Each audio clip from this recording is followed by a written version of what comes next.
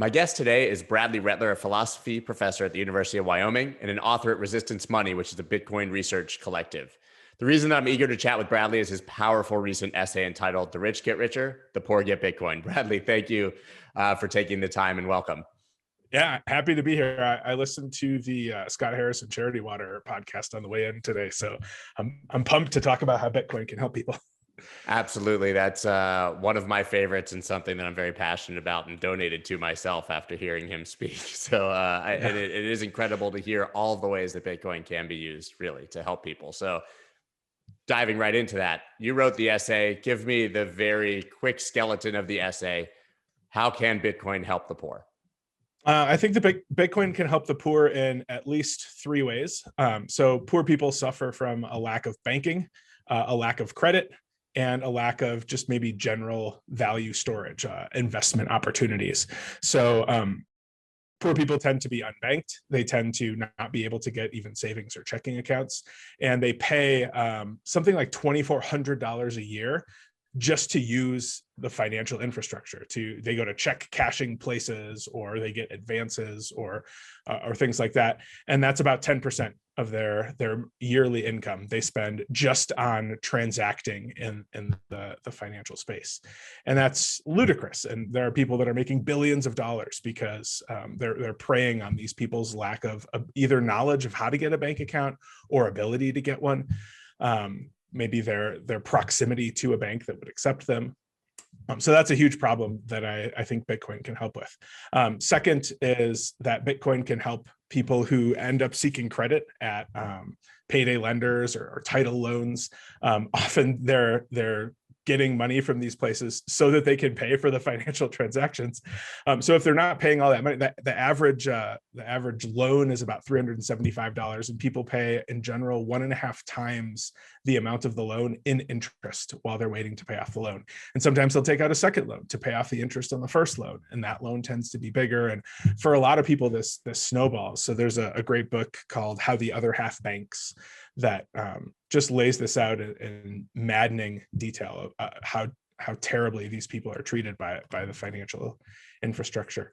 And then finally, value storage. So most people lack access to investments, and they save in cash. The old trope is putting cash under the mattress. Maybe they've found a better place to put it by now, but they save in cash, and the cash gets devalued by design each year. So we're not talking just about places that have incredibly high inflation rates, but even places that have low inflation rates, there's still a target inflation rate. Your money is supposed to be less valuable next year if you're saving in cash. And since most people don't save in cash, they put money in the stock market or something like that, but a lot of people don't have access to that.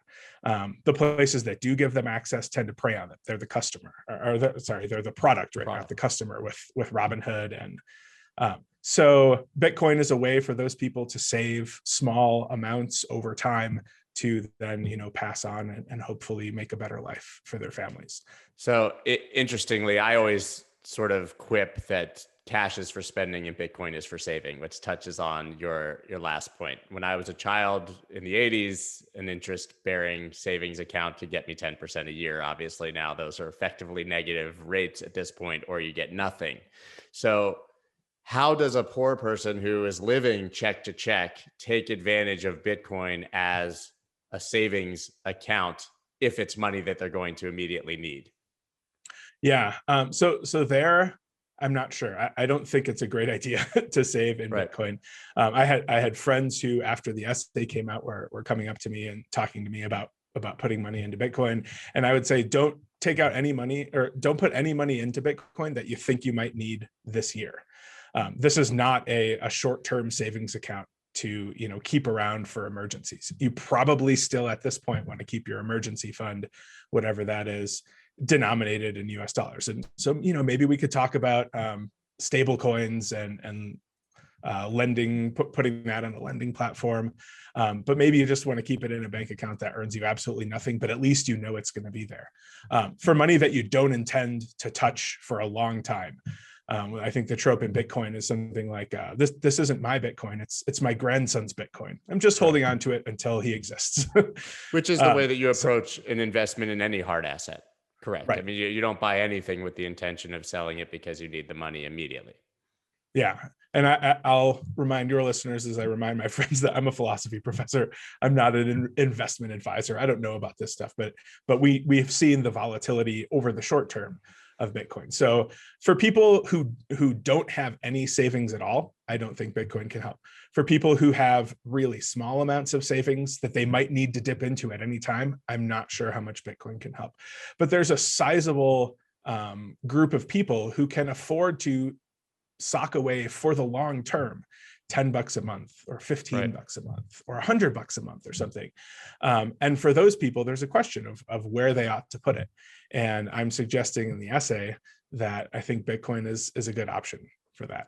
So, and it's something that right now, at least, is easier for those people to get in than it is for these corporate treasuries, right? Michael Saylor has laid out this playbook of how corporations can put treasuries, but that's a sizable commitment. And there's a lot of work that has to go in to doing that.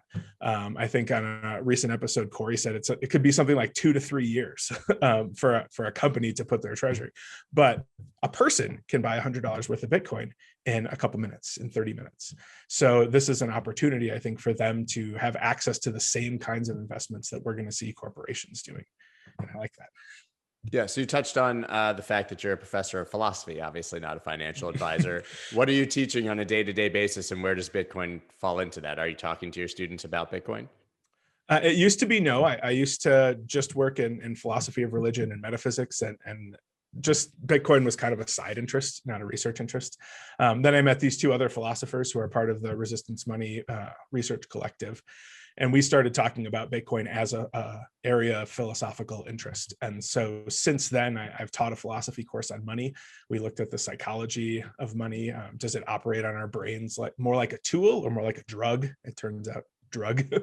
And what is the nature of money? What makes something money? What features does money have? And then in the end, because this is one of the things I care about, is how does Bitcoin fit into that? Is Bitcoin money?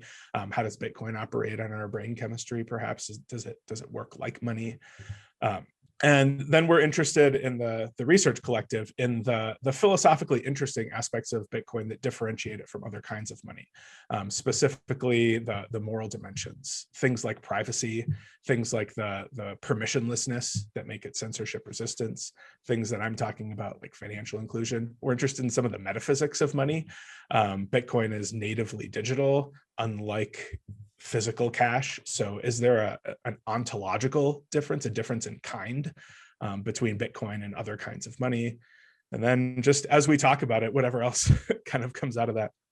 And so what's the conclusion? Where does Bitcoin, in your estimation, fit into the evolution of money, and what is its place? Certainly psychologically, I'm interested because you talk about money being more like a drug. Is that the case with Bitcoin as well? Yeah. So money is like a drug in that when we have a desire to acquire it, even when we have no immediate use for it.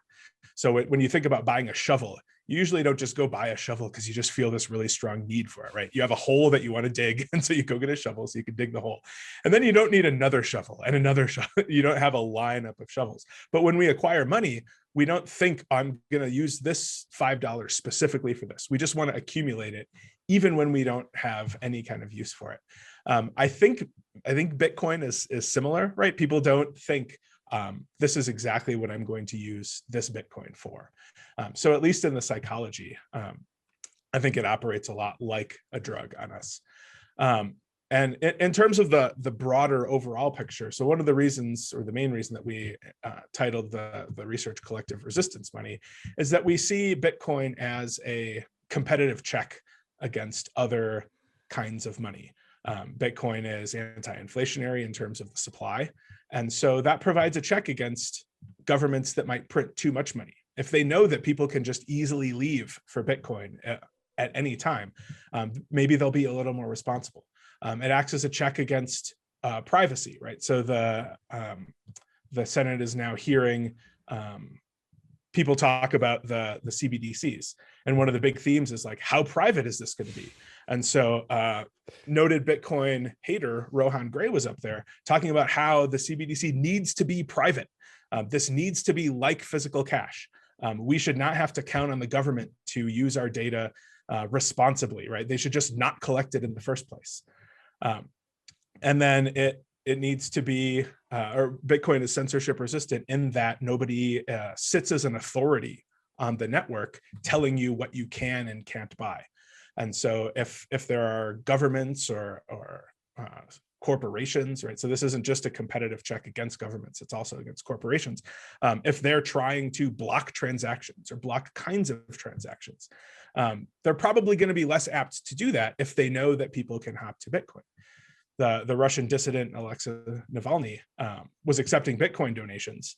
And because of that, his Russian bank account didn't get shut down because the Russian government knew, look, he's just going to be able to get it all in Bitcoin. We'd rather be able to spy on like little bits of it. So we'll just keep his bank account open for him. So this is a great example of just the mere existence of Bitcoin giving people freedom in other respects.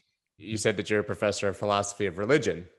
Mm-hmm. Do you see any similarities between Bitcoin and religion, or the Bitcoin community and a religious community? So one aspect of religion is faith, believing on the basis of, slightly less evidence, maybe a willingness to stop and not look for further evidence. I'm not sure I see that with Bitcoin either. I think most people who are into Bitcoin, they're constantly looking for more evidence. They're constantly reading. They're trying to learn more about it.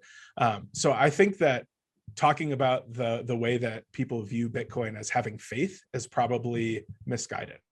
I think that, there's a commitment to look for more evidence with Bitcoin that there isn't with a lot of religious views.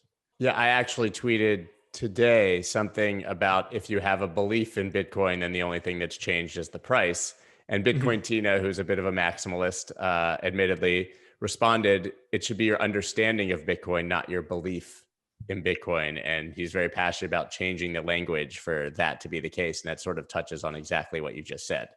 Yeah. I posted something like this on Twitter a month or so ago. That I said, really, the only thing that's changed is the price, right? The underlying fundamentals are all Correct. there. Exactly So instead of the diamond hands, I think I tweeted diamond brain, right? Diamond understanding of Bitcoin. None of that stuff has changed. Yes, that makes perfect sense. So it's interesting. You talked about Bitcoin as somewhat a natural hedge against institutions and governments and their decision making because people have the option to opt out. And then we sort of have this bipolarity where we also, as a community, cheer the billionaires and the institutions and governments for adopting Bitcoin, perhaps because it helps the number go up, or just we love to see anyone who jumps onto our team. Is that cognitive dissonance? Are those two things in conflict, or are we such a small community that we basically need all hands on deck and will welcome anyone with open arms? Yeah, I think it's probably the latter, and I think we're also quick to dismiss anyone who goes against the narrative for even a moment. So Elon was just as quickly shoved out as he was embraced by the community. For me, and the way that I'm thinking about it and trying to get it into the hands of people who I think need it, I want the number to go up for their sake as much as my own. And when I see the number go down, I think, oh, this is good for them to be able to get more, but also the people that already have it, this is bad for them. And I really hope that people didn't put in, more than they could really afford at 60,000, now that it's down to 35,000 or something. But if they didn't put in more, then now they can acquire more at a better price. So yeah, price is quite ancillary to the way that I'm thinking about it, because I think it has so much more to offer. So I probably the person in the space that I follow the closest is Alex Gladstein, and he talks about all the places that Bitcoin is being used as a check against authoritarian governments, and I see those use cases as the most important for Bitcoin. It's great for people to be able to make money off of it here. It's great for people to be able to store value, but for people to be able to stand up against oppression using Bitcoin is, I think, maybe the most virtuous use case, even if not the most widespread. That makes perfect sense, because also, I mean, the irony, we talk about a store of value, billionaires need a store of value, right? They've acquired the wealth and now they need to protect it. For a poor person, a store of value has a very, very different meaning. Yeah. Right. Yeah. And if the billionaire loses most of their value, they'll probably be just fine. If a poor person loses most of their value, that could take generations to come back from. Do you think that the legacy systems will ever fix themselves so that something like Bitcoin is not necessary or needed? I mean, I don't see them eliminating predatory loan practices or high rates to cash your checks, but those things could theoretically be fixed if someone was compelled to do so. Yeah, I'm hopeful that Bitcoin can be a competitive check against these kinds of places as well. So payday lenders charge way more than they need to give out loans. If Bitcoin is there, if the Lightning Network is there, if people can be paid in Bitcoin and transact in Bitcoin, and this lessens their influence, maybe they have to lower rates to stay solvent. That would be great. So yeah, I think there's a lot of institutional money pushing in favor of keeping things the same. And one of the reasons that I have been frustrated of late is because I see politicians who I like, who talk about big structural change and who talk about leveling the playing field and who talk about economic justice, and then who also talk about hating Bitcoin. And I think, okay, you have these big grand plans for big structural change, things like postal banking, and I like them. But how far away are we from these? It seems to me like we're along the gears of the government grind very slowly. Bitcoin is here now. So even if Bitcoin isn't the best long-term solution for some of these problems, let's use it while it is the best solution until we have a better solution, and then work towards the better solution while we're using, the intermediate one. Right. And as you touched on, the very nature, certainly of our government is the only one that I can speak to as an American, is very much 2 steps forward, 2 steps back, right? Even if they make that progress over 4 years, depending on who's elected and who's in office at any given time, it might be immediately reversed in principle. Yeah. Yeah. Or in practice, right? It still exists, but it's just much, much harder to use or take advantage of. Yeah. That's really interesting. And I don't, do you think that those people don't understand or embrace Bitcoin because it's a threat? Or do you think that it's a function of their age and their generation and just a lack of understanding? Do you think they don't want to understand it? Hope it'll just go away? Because generally we're talking about an older generation that is so aggressively against Bitcoin. Yeah, if we're talking about people in Congress, we're almost always talking about an older generation. My hope is that they just don't fully understand, that they've heard a few things about it, but the things that they've heard have been negative. Those are the things that have tended to get into the media coverage. I pitched this essay that we talked about at the beginning to, I think, 7 or 8 different mainstream news publications before it got to the Institute of Art and Ideas. But I sent it to the New York Times, I sent it to Slate, The Atlantic. I'm talking about financial economic justice. I thought these places would be interested, but instead they repeatedly publish worries about Bitcoin's energy consumption and whether Bitcoin is going to go to zero because it has no fundamental value. So I'm hoping that the reason that politicians haven't, that most politicians haven't understood, of course there are exceptions, I'm hoping the reason they're against it is that they haven't understood it, and not that they've understood it and have some nefarious agenda against it. Right. And if they have arguments that it can't do what I'm suggesting, then I want to see those. But as yet, I haven't seen any reasons for thinking that Bitcoin can't do what I think it can do. Yeah, you had an amazing quote in your article, in your essay. People deserve a vehicle to store the fruits of their labors. Bitcoin can fill the gap now, even as we fight for a more equitable and just system for all, which is sort of what you just touched on. We obviously believe that Bitcoin is more than just a stopgap, but like you said, it's here now and can be used right now while these processes take their decades to play out.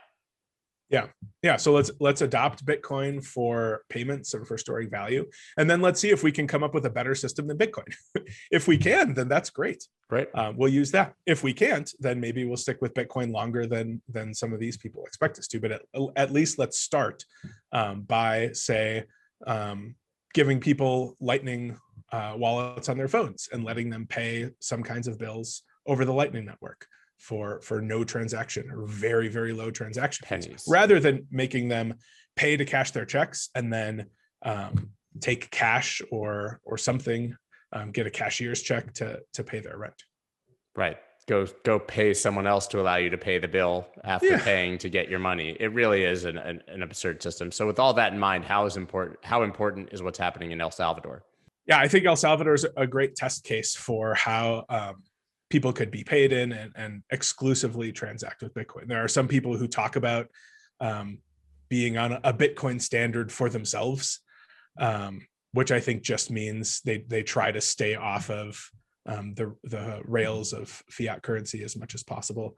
But they're few and far between, at least that I've heard of. El Salvador seems like it's going to be a place where it's going to be encouraged and easy to do that. So I think it'll be great to see if it can work down there. And if there are any hurdles or hiccups or reasons to think that it couldn't work like that in other places, they'll sort of be highlighted by watching this play out. Makes perfect sense. And I think that we're going to see a lot of countries falling like dominoes after El Salvador. How much the adoption actually sticks is another question, but I think that the idea is certainly spreading. And I believe that also we'll see it spreading through Africa as well. Mm-hmm. Yeah, I hope so. So in Africa, it seems like there's a lot of interest in alternative financial infrastructure because they kind of don't have the banking structure already. So they've been making do with cell phone payments and other kinds of peer-to-peer transfers, but still with central authorities that can revoke permission at any time. So it seems like a lot of the young people in these countries are jumping onto Bitcoin and probably going to build out maybe whereas in El Salvador, this is happening kind of top down, of course, with some help from the grassroots. It seems like there's even more grassroots infrastructure in some of these African countries that are just going to keep getting bigger. How does it feel to have been added to the slowly lengthening list of people that Nassim Taleb has called a idiot, moron, brainless amoeba, or whatever else he loves to deem us bit idiots? Yeah. Well, I have a friend who writes books on probability who told me that I was correct in what I said. So I'm always happy to be called an imbecile for saying true things, I guess. Welcome to the club. But yeah, we should make t-shirts. we really should. The Talib Idiot Club, or just bit idiots or something like that. So what are your final thoughts? Anything you want to impart to everyone, something you would tell your students about Bitcoin imparting? Yeah. So I guess continue to learn about Bitcoin, learn about what makes it interesting, what makes it useful for people who aren't you, and then what makes it useful for you. Try to see how people who are in different economic, financial situations than you could find value in Bitcoin. Try to figure out how to help them to learn about it and try to figure out how to get them some Bitcoin. So my Cash App wallet is mostly for me to just give $5 here and there to my friends to help get them using Bitcoin. Every time I owe someone something, I say, hey, can I pay you in Bitcoin? And I think that's one way that we can help the people who we care about. And then also try to figure out how you can help people who are doing the work that you think is valuable. So listen to the episode with Scott Harrison from Charity Water and give some money to Charity Water, or give some Bitcoin to Charity Water. Figure out places that accept Bitcoin donations, and as you talked about with Scott, replenish your own Bitcoin stash if you want after giving Bitcoin.